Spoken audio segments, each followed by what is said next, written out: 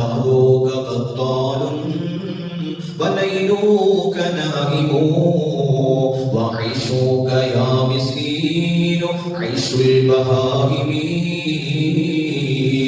എത്ര രാത്രികളാ നീ നശിപ്പിച്ച് കളഞ്ഞിട്ടുള്ളത്. മൃഗതുല്യമായ ജീവിതം പോലെ മനുഷ്യ നിന്റെ ജീവിതം ഉറങ്ങി തീർക്കാൻ പറ്റൂല. രസിച്ചും രമിച്ചും കളിച്ചും ചിരിച്ചും അല്ലാഹുവേ നശിപ്പിച്ച് കളയാൻ പറ്റൂല. വിശുദ്ധമായ ശഅബാനിന്റെ പ്രഥമമായ ഒരു രാത്രിയിൽ മഹാനായ ഹസൻ ബസരി റളിയല്ലാഹു തആല അൻഹു പാതിരാത്രിയിൽ ഇറങ്ങുകയാണ്. ആ മഹാനുഭാവന്റെ മുഖം തുണി കൊണ്ട് മറച്ചിട്ടുണ്ട്. പാതിരാത്രിയിൽ ആ മഹാനുഭാവൻ അങ്ങനെ കടന്നു പോകുമ്പോ പെട്ടെന്ന് അദ്ദേഹത്തിന്റെ മുഖത്തിൽ നിന്ന് വസ്ത്രം മാറിപ്പോയി. മുഖം വല്ലാതെ കരഞ്ഞിട്ടുണ്ട്. അത് കണ്ട ചില ആളുകൾ ചോദിച്ചു, അല്ല ഹസൻ ബസരി തങ്ങളെ, ഈ പാതിരാത്രിയിൽ നിങ്ങൾ എവിടേക്കാണ് പോകുന്നത്? എന്താണ് നിങ്ങളുടെ മുഖത്തിന് പറ്റിപ്പോയത് എന്ന് മഹാനായ ഹസൻ ബസരി റളിയല്ലാഹു അൻഹുവിനോട് ചോദിക്കുമ്പോ മഹാനായ ഹസൻ ബസരി റളിയല്ലാഹു തആല അൻഹു പറഞ്ഞു, വല്ലാത്തൊരു മുസീബത്ത് എന്നെ പിടിപെട്ടിരിക്കുകയാണ്. വല്ലാത്തൊരു വേദന എന്റെ ഹൃദയത്തെ പിടിച്ചു കുലുക്കിയിരിക്കുന്നു. സർവ്വസമ്പാദ്യങ്ങളുമായിട്ട് ഒരു കപ്പലിൽ യാത്ര ചെയ്യുന്ന മനുഷ്യൻ കടലിലൂടെ കടന്നു പോകുമ്പോ ആദ്യ വഴിയിൽ ആ കപ്പൽ തകർന്നിട്ട് ആ മനുഷ്യന്റെ സർവ്വസമ്പാദ്യങ്ങളും തകർന്നു പോകുമ്പോ ആ മനുഷ്യന്റെ ഹൃദയം എത്രമാത്രം വേദനിക്കുമോ, എത്രമാത്രം പ്രയാസപ്പെടുമോ, അതിനേക്കാൾ കൂടുതൽ വേദനയാണ് എന്റെ ഹൃദയത്തിനെ ബാധിച്ചിരിക്കുന്നത്. എന്റെ പ്രിയപ്പെട്ട കൂട്ടുകാരെ, ഈ രാവേതെന്നറിയോ, ഈ ദിവസം ഏതെന്നറിയോ? ഇത് ശഅബാൻ മാസമാണ് കേട്ടോ. ഈ പാതിരാവിൽ എന്റെ മനസ്സിന് വേദന ഉണ്ടാക്കിയതെന്തെന്നറിയോ? എന്റെ പാപങ്ങൾ നിരവധി സംഭവിച്ചിട്ടുണ്ട്. അതെല്ലാം ഉറപ്പായ കാര്യമാണ്. പക്ഷേ അതെല്ലാം എനിക്ക് പുറത്ത് തന്നോ, എനിക്ക് മാപ്പ് ലഭിച്ചുവോ എന്ന് ഓർത്തിട്ടാണ് എന്റെ മനസ്സ് വേദനിക്കുന്നത്.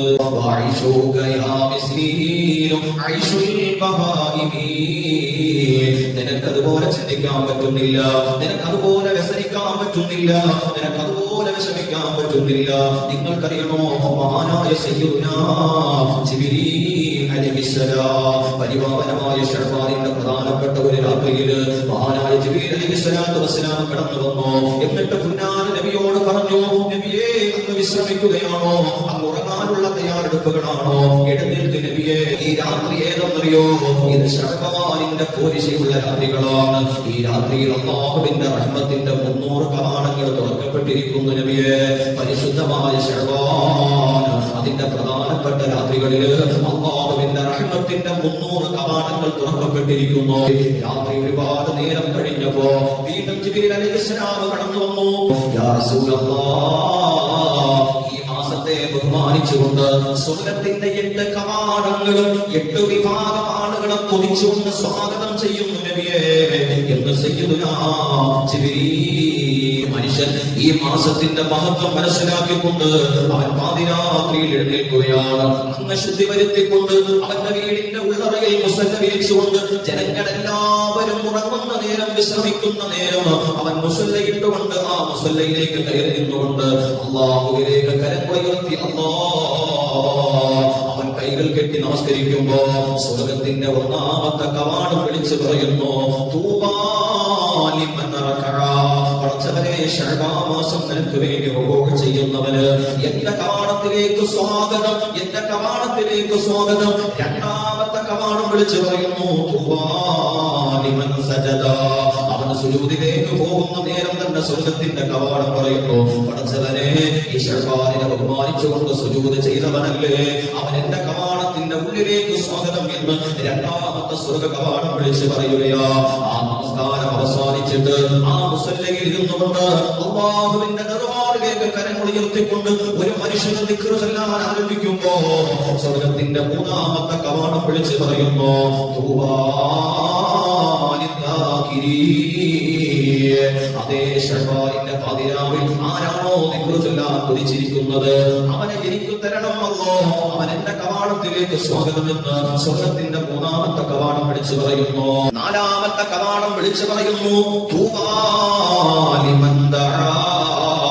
അല്ലാഹുവിലേക്ക് കരങ്ങൾ ഉയർത്തി ദുആ ചെയ്യുന്നത് അവനെ എനിക്ക് നൽകണം, എന്റെ സ്വർഗ്ഗ കവാടത്തിലേക്ക് അവന് സ്വാഗതം എന്ന് 4ാമത്തെ സ്വർഗ്ഗത്തിന്റെ കവാടം വിളിച്ചു പറയുകയോ. തൂബാ ലിമൻ ബകാ മിൻ ഖശിയത്തില്ലാഹ്. 5ാമത്തെ കവാടം ആരെയാ സ്വാഗതം ചെയ്യുന്നറിയോ?